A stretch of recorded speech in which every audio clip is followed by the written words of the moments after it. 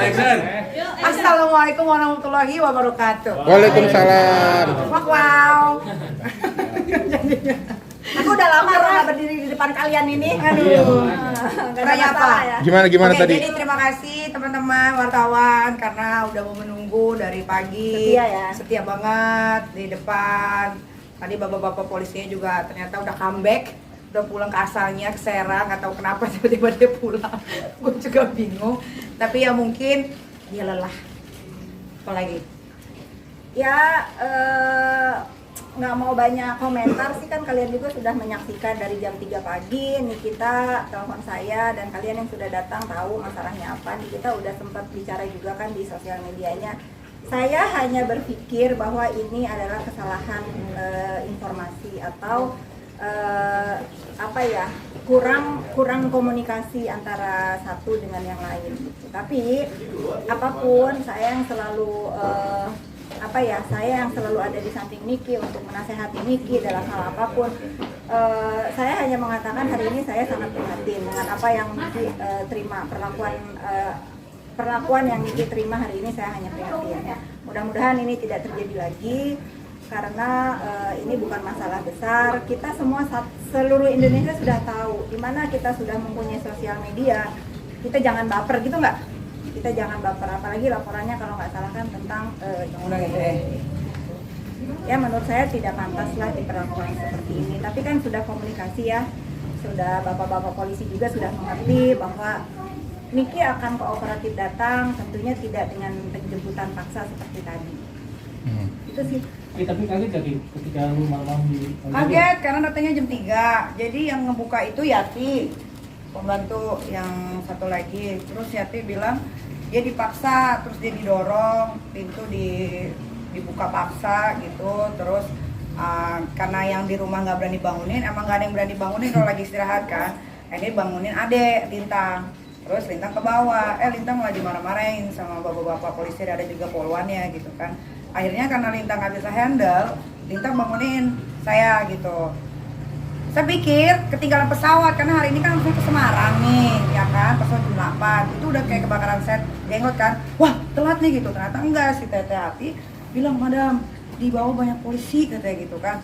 Udah kan ada CCTV kan. Nanti ngeliat CCTV, lihat juga dia, iya banyak banget gitu kan.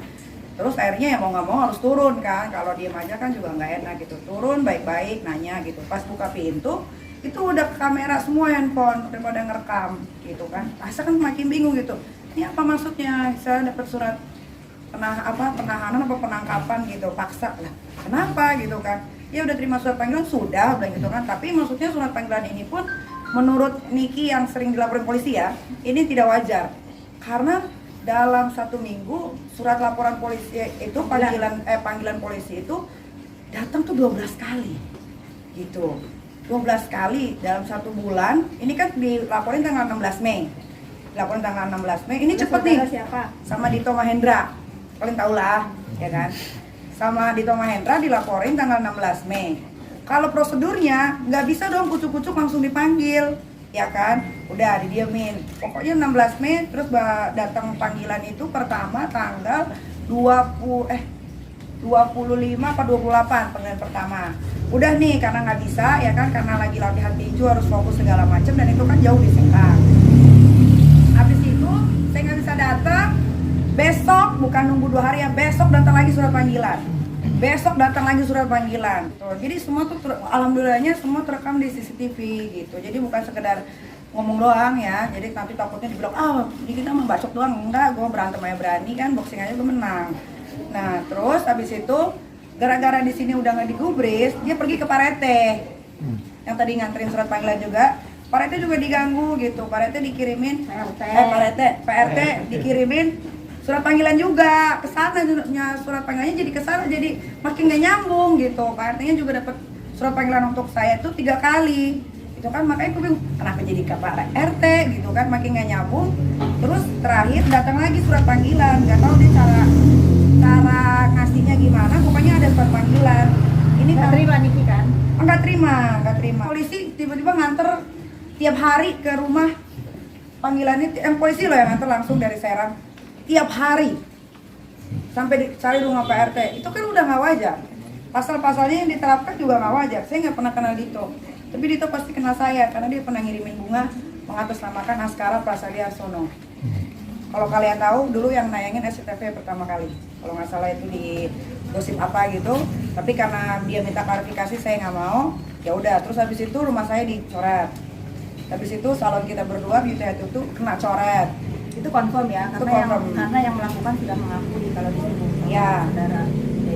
Terus Dea sama teman saya Diol dibuntuti, habis dibuntuti difoto dari belakang mobilnya segala macam, habis itu dikirim ke kos-kosannya. Jadi caranya tuh ada kenapa Pak? Oh, jadi caranya tuh udah kayak mafia gitu. Nah ini juga harus dipertanyakan, kenapa panggilan tanggal 13 Juni, tanggal 16 saya ditangkap, kan masih jadi saksi di sini tuh. Kan ini kan kabarnya udah masuk proses penyidikan ya. Dari kamu sendiri udah pernah nyamperin Belum sama sekali. agenda klarifikasi mungkin. Belum sama sekali, karena kalau kita berdasarkan main otak ya, Dito ini kan domisilinya Jakarta ya. Kok dia bisa bikin laporan di Banten, di Serang Banten? Nah, itu aja udah nggak masuk akal. Berarti kan ada, nggak tahu ya, diduga mungkin ada kedekatan antara Kapolda sama Dito Mahendranya, Kapolda Banten ya. Saya kan nggak tahu, tapi kalau caranya kayak gini, ya pikiran kotor saya jadinya ke sana. Gitu. Ini kasusnya apa sih ini kalau boleh tahu? Nggak tahu katanya. Terus Pencemaran nama baik. di apa Nama baik. ya pencemaran nama baik secara elektronik, muat penghinaan apa segala macem gitu. Dia Pernah melakukan itu atau enggak? Nggak tahu karena kan belum dimintain keterangan, nggak tahu. nggak tahu yang mana yang dijadiin dasar pasalnya itu yang mana nggak tahu gitu.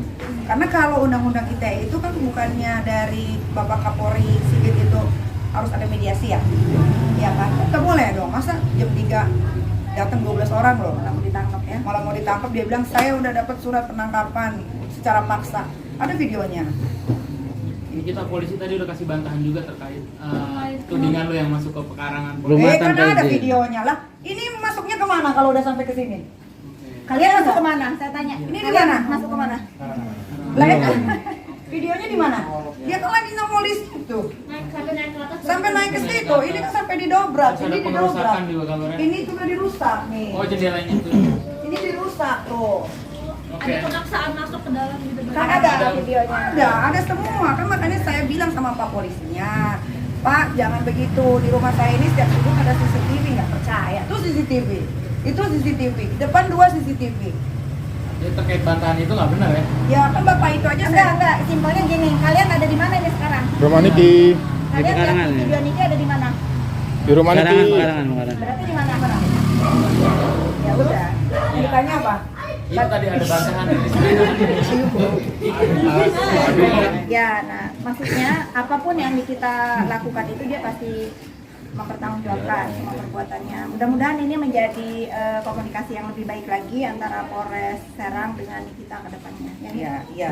Ya pokoknya aku tadi pagi tuh udah dibilang baik-baik, Pak, kalau mau bertamu datanglah jam 8, jam 9. Nanti dibukakan pintu, boleh duduk di atas. Nanti saya buatkan kopi, saya berikan makanan.